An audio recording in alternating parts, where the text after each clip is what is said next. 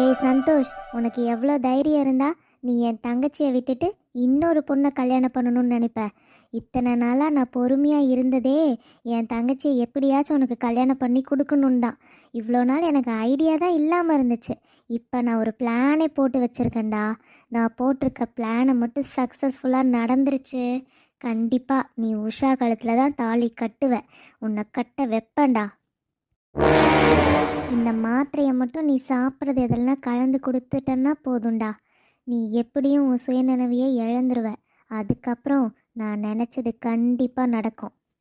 என்கிட்டயா திமிரா பேசிகிட்டு இருக்க? இன்னைக்கு வாடா, உனக்கு இருக்கு. அக்கா, என்னக்கா ஏதோ மாத்திரையை வச்சு ஏதோ பேசிகிட்டு இருக்க, என்னாச்சு? வாடி உஷா, இத்தனை நாளாக என்னை கேட்டுகிட்டே இருந்தல்ல, ஏதாச்சும் ஒரு வழி பண்ணுக்கான்னு. அதுக்கான மாத்திரை தாண்டி இது. இந்த மாத்திரையை மட்டும் அவன் சாப்பிட்டா போதும்டி, நாம் நினச்சது கண்டிப்பாக நடத்திடலாம். என்ன மாத்திரைக்கா இது? இது என்ன மாத்திரைன்னு தெரியுமாடி? இது அவனோட சுயநிலவையே இழக்க வைக்கிறதுக்கான மாத்திரை.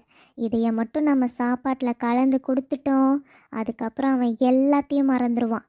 நாம் நினச்சதை நாம் கண்டிப்பாக நிறைவேற்றிக்கலாம். அக்கா, எனக்கு ஒன்றும் புரியல. நீ என்ன தான் பிளான் பண்ணுற? அதை முதல்ல தெளிவாக சொல்லு.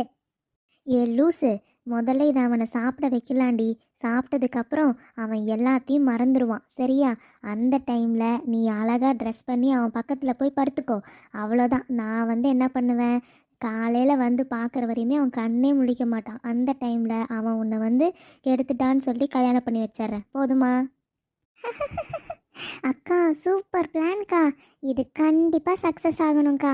இது மட்டும் ஆச்சு அப்புறம் இருக்குல்ல அவருக்கு. நாம் நினச்சது தாண்டி உஷா நடக்கும். இந்த வீட்டில் எப்பவும் நீயும் நானும் மட்டும்தான் இருப்போம். உனக்கும் எனக்கும் மட்டும்தான் இந்த சொத்து ஃபுல்லாக. வேற எவளையாச்சும் அதிகாரம் பண்ண விட்டுருவோமா? நான் இருக்கிறப்ப என் விருப்பம் இல்லாமல் இன்னொருத்தி இந்த வீட்டுக்கு வந்துருவாளா? எப்படி வரான்னு நானும் பார்க்குறேன்டி. நான் நினச்சது மட்டும்தான் இந்த வீட்டில் நடக்குமே. இன்னும் 5 நாளில் கல்யாணம் தானே சுற்றிக்கிட்டு தெரியுறான். நாளைக்கு பந்தக்கால் நட்டுருவாங்க. அதுக்கப்புறம் சார் வீட்டில் தானே இருந்தாகணும்.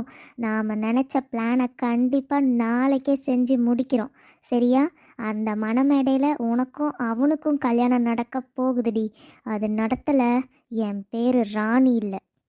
இப்போதாங்க எனக்கு நிம்மதியாக இருக்குது. என்னடா எதுவுமே நீ பண்ணவே மாட்டேன்றன்னு நினச்சேன். ஆனால் நல்ல பிளானாக போட்டிருக்கக்கா. இது யார் சொன்னாலும் நம்புவாங்கக்கா. அதை தெரிஞ்சுதானடி இந்த மாதிரி ஒரு ஐடியா பண்ணேன்.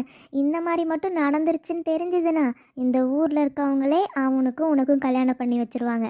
நாம் பெருசாக போராடணும்னு இல்லவே இல்லடி உஷா. நீ சந்தோஷமாக என்ஜாய் பண்ணு, சரியா? சரிக்கா. என்னன்னு சொல்லுங்க, இப்படி பார்த்துக்கிட்டே இருந்தா எப்படி? என்னடி சொல்லணும்? நீங்க தானேங்க ஏதோ சொல்லணும் அப்படின்னு என்னை கூட்டிகிட்டு வந்தீங்க. இப்போ என்ன சொல்லணும்னு கேட்டா, அப்போ சும்மா சொல்லி தான் என்னை கூட்டிகிட்டு வந்தீங்களா? ஆமாம், பின்ன உங்ககிட்ட பேச முடியுதா வீட்டில்? எல்லாரும் இருந்துக்கிட்டே இருக்காங்கடி. அதுவும் இப்போ கல்யாணம்னு ஒருத்தராக வர ஆரம்பிச்சிட்டாங்க. இப்போ பாரு, அத்தை மாமாலாம் வந்துட்டாங்க. வீடு ஃபுல்லாக ஒரே ஆளுங்களாக இருக்காங்க செல்லக்குட்டி. உன்னை பார்க்க கூட முடியலடி.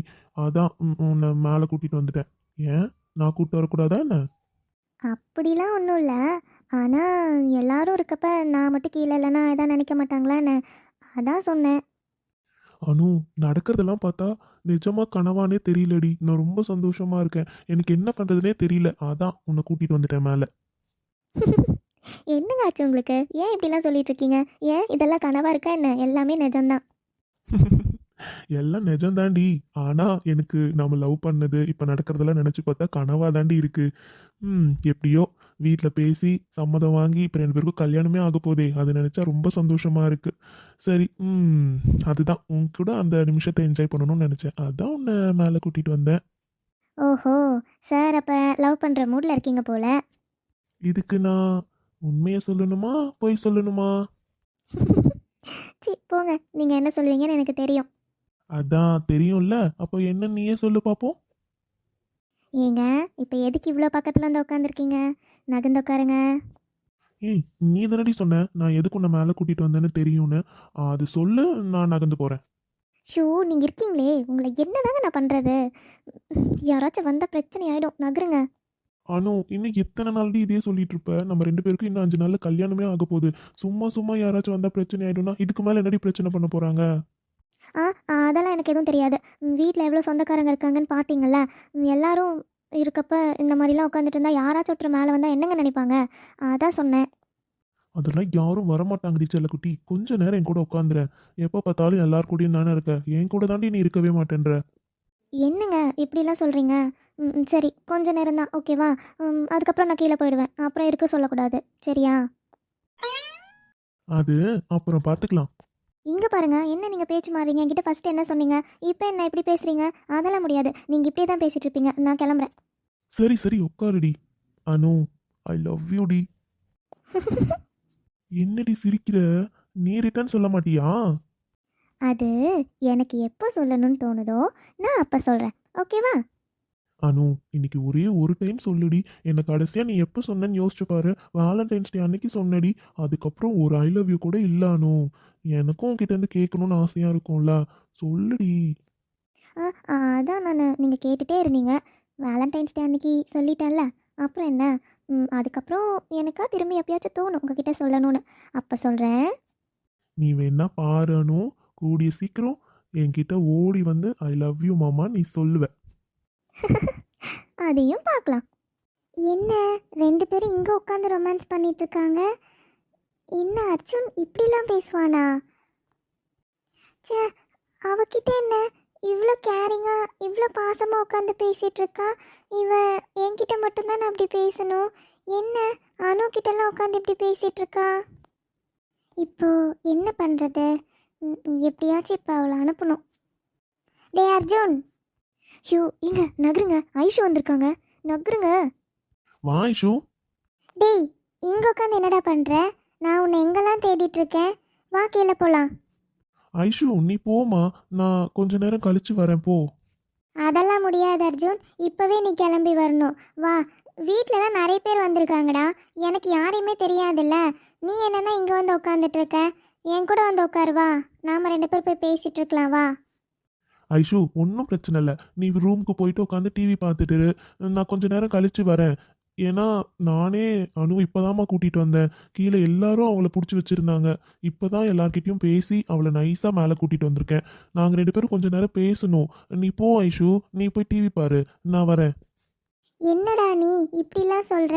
நான் உனக்காக தானே வந்திருக்கேன். நீ என்ன தானே கவனிக்கணும். நீ என்ன அவ கூட எப்போ பார்த்தாலும் டைம் ஸ்பெண்ட் பண்ணிட்டு இருக்க? இது என்ன கேள்வி ஐஷு? இவ என் பொண்டாட்டி. நான் இவ கூட டைம் ஸ்பெண்ட் பண்ணாம வேற யார் கூட உட்காந்து டைம் ஸ்பெண்ட் பண்ண முடியும்? நீ என் ஃப்ரெண்டு. நீ வேற, அனு வேற. எப்பயுமே உன் இடத்துக்கு அணுவும் வர முடியாது, அணு இடத்துக்கு நீயும் வர முடியாது. இங்கே பாரு அர்ஜுன், இப்போ நீ கிளம்பி வரல, நான் காலையில் ஊருக்கு கிளம்பி போயிடுவேன். ஐஷு என்ன சொல்ற நீ? நான் சொல்கிறது செய்வேன்னு உனக்கு தெரியும்ல அர்ஜுன். நீ இப்போவே கிளம்பி வர, இல்லை நான் காலையில் ஊருக்கு கிளம்பி போயிட்டே இருப்பேன், பார்த்துக்கோ. என்னாச்சுங்க ஐஷுக்கு? ஏன் இந்த மாதிரி பேசுகிறாங்க? இவங்க முன்னாடிலாம் இப்படி இல்லையே. அதான் அனு, எனக்கும் ஒன்றும் புரியல. ஏன் இந்த மாதிரிலாம் பேசுறா? வீட்டில் யாராச்சும் ஏதாவது சொல்லியிருப்பாங்களோ? எங்க நம்ம வீட்டில் போய் யார் போய் என்ன சொல்ல போகிறாங்க? அதெல்லாம் எதுவும் சொல்லியிருக்க மாட்டாங்க. ஐஷுக்கு ஏதோ மைண்ட் அப்செட்டாக இருக்கா என்னன்னு தெரியல. ஒருவேளை கீழே தான் நிறைய பேர் இருக்காங்கல்ல, அதனால் கூட ஒரு மாதிரி தோணலாம். சரி, நீங்கள் போங்க, நீங்கள் போய் பாருங்கள். சரி அனு. சே, நான் உன் கூட டைம் ஸ்பெண்ட் பண்ணலான்னு வந்தேன். இவ வந்து இப்படி பேசி மைண்டே அப்செட் பண்ணிட்டா. சரி, நான் எதுக்கு உன்னை கூட்டிகிட்டு வந்தேங்கிறதே சொல்லாமல் இருந்தேன் பாத்தியா? சரி, இப்போ என்னால் அதை சொல்ல முடியாது அனு. நாளைக்கு சொல்கிறேன். ஏங்க, அப்போது ஏதோ சொல்ல தான் கூட்டிகிட்டு வந்தீங்களா? என்னன்னு சொல்லிட்டு போங்க.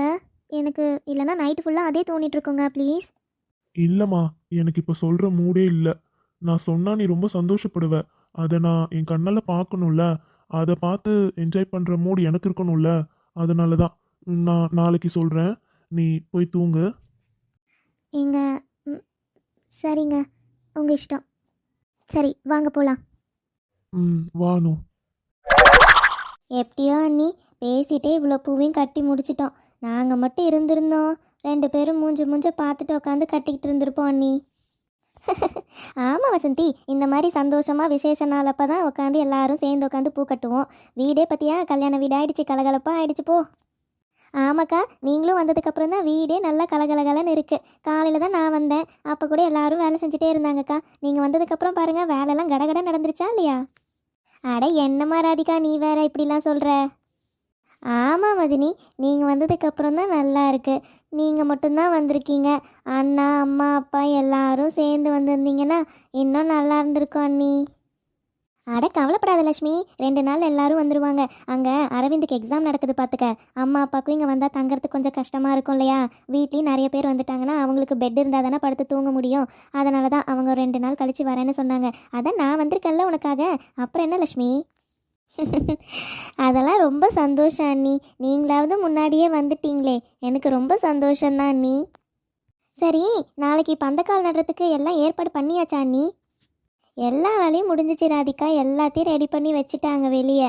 நாளைக்கு காலையில் 6 மணிக்குள்ளே நல்ல நேரம்னு சொன்னாங்க. அதுக்குள்ளே கண்டிப்பாக நம்ம பந்தக்கால் நட்டுறணும், சரியா? அப்போனா சீக்கிரமாக எல்லாத்தையும் எடுத்து வச்சுட்டு போய் தூங்குங்க. 3 மணிக்கே எந்திரிச்சாதான் எல்லாரும் குளிச்சுட்டு ரெடி ஆகிறதுக்கு கரெக்டாக இருக்கும். சின்ன சின்ன வேலையை பார்த்தா தானே 5 மணிக்குள்ளே பந்தக்கால் நட முடியும். அவ்வளோதான் மதினி, எல்லாம் கட்டியாச்சே. எடுத்து வச்சு ஃப்ரிட்ஜில் வச்சிடலாம். காலையில் எல்லாரும் இந்த பூவே வச்சுக்கலாம். சரிம்மா. லக்ஷ்மி, இதை எடுத்துகிட்டு போய் ஒரு கவரில் போட்டு நல்லா மூடி ஃப்ரிட்ஜில் வையே. காலையில் கொஞ்சம் மலர்ந்துடும், எல்லாரும் வச்சுக்கலாம். சரிங்க அண்ணி.